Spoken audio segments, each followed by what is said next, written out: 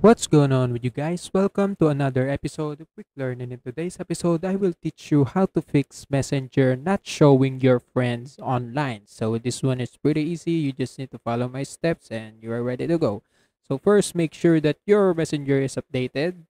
So if it's not, just update your Messenger and you're ready to go. Second thing you're going to do is open your Messenger and click people in the bottom right corner and see if your friends are shown online. If it's not, just go to your settings, click your profile in the top left, and click this gear right here. And on the settings, just click active status, and you can need to turn on show when you're active and also turn on show when you're active together. And that's how you can see your friends online.